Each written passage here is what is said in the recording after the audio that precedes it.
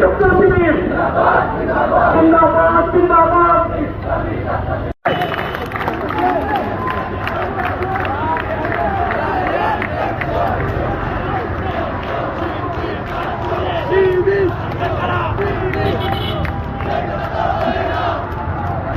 ছাত্রদের অধিকার আদায়ের জন্য ময়দানে নেমেছে, ষড়যন্ত্র করবেন না, কোন ষড়যন্ত্র এদের টিকে থাকবে না। সংগ্রামী উপস্থিতি, ছাত্র শিবির তার জন্মলগ্ন থেকে এদেশের মানুষের পক্ষে, এদেশের ছাত্র সমাজের পক্ষে, এদেশের ছাত্র সমাজের অধিকার রক্ষার জন্য ছাত্র শিবির তার শাহাদাতের নজরানা পেশ করেছে।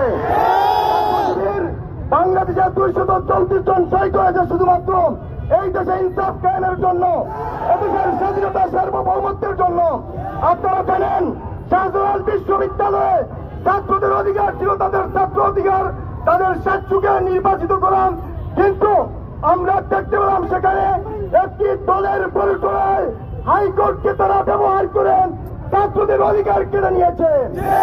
আমরা বলতে চাই 700 ছাত্রদের অধিকার, 9,000 শিক্ষার্থীর অধিকার, এখানে বিএনপি কিংবা ছাত্র দলের কোন অধিকার নেই ছাত্রদের অধিকার নিয়ে সিনেমিনে খেলা।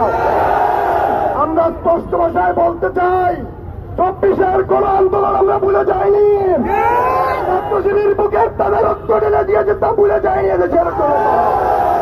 সুতরাং সেই দিকে আপনারা লক্ষ্য করুন, প্রয়োজনে ছাত্র শিবির আবার কি আইন নেমে আসবে, ছাত্র জনতা রাজপথে নেবেন, রক্ত ঢেলে দেবেন, প্রয়োজনে আবার আহত হবে, আবার শহীদ হবে, এদেশের মানুষের অধিকার ফিরিয়ে দেবে ছাত্র শিবির।